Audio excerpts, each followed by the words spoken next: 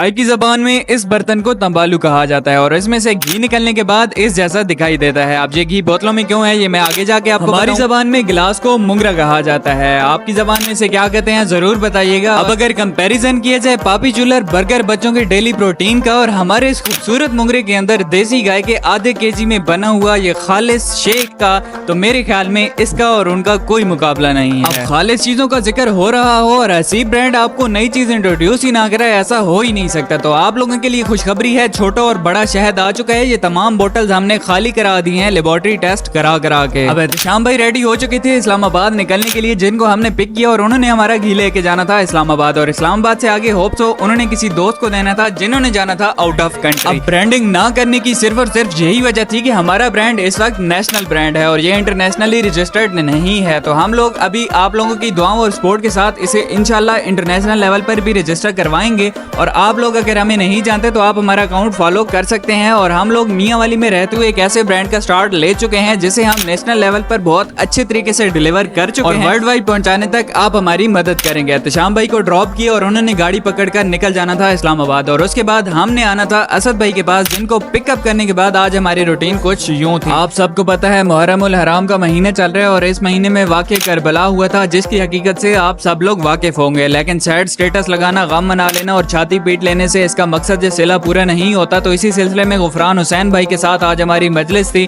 जिसके अंदर उन्होंने वाकई करबला का असल मकसद जो मुसलमानों के लिए था उसको उन्होंने ब्रीफली बयान किया और हमें बहुत कुछ सीखने को मिला। तो उसके बाद वहाँ से इजाजत ली और आपको पता है कि हमारा डिस्टेंस मियांवाली शहर से काफी ज्यादा है, तो मियांवाली आते साथ ही हम लोग जितने भी पेंडिंग काम होते हैं वो सारे भुगता के जाते हैं, मतलब के पूरे करके जाते हैं। जोहेब भाई से मुलाकात हुई, चावल खाए और उनके साथ गपशप करने के बाद हमारी मुलाकात हुई मुसाफ भाई के साथ। अब आपका भाई किसी न्यू बंदे से मिले और कुछ प्रोडक्टिव ना सोचे, ऐसा हो ही नहीं सकता। खैर मुसाफ भाई तो हमारे पिछले 7-8 सालों से काफी अच्छे दोस्त हैं। अब मेरे हाथ में एक प्रोडक्ट देख के आपको आइडिया तो हो ही गया होगा। आप मुझे जल्दी से फॉलो कर लें ताकि आने वाले व्लॉग में आप किसी फायदे से रह ना जाएं।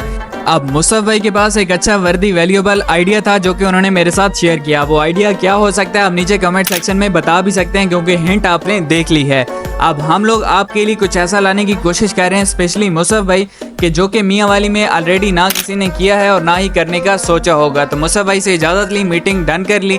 नेक्स्ट व्लॉग में आप लोग सब देख लेंगे। और असद भाई के साथ हम लोग पहुंचे मदीना निम्को शॉप पर, जहां पर हमने कबाब और समोसे टेस्ट किए, जिनका टेस्ट मियांवाली में मुझे सबसे ज़्यादा बेस्ट लगता है। आपको कौन से समोसे पसंद है आप लोग हमें बता सकते हैं। वापसी पर असद भाई को ये कौन बहुत ज़्यादा पसंद है, तो उनके पास हमने पहले एक खरीदी और बाकी जितनी भी पड़ी थी हमने सब खरीद ली। और असद भाई को पैसे निकलवाने के बाद घर छोड़ा और अल्लाह हाफिज।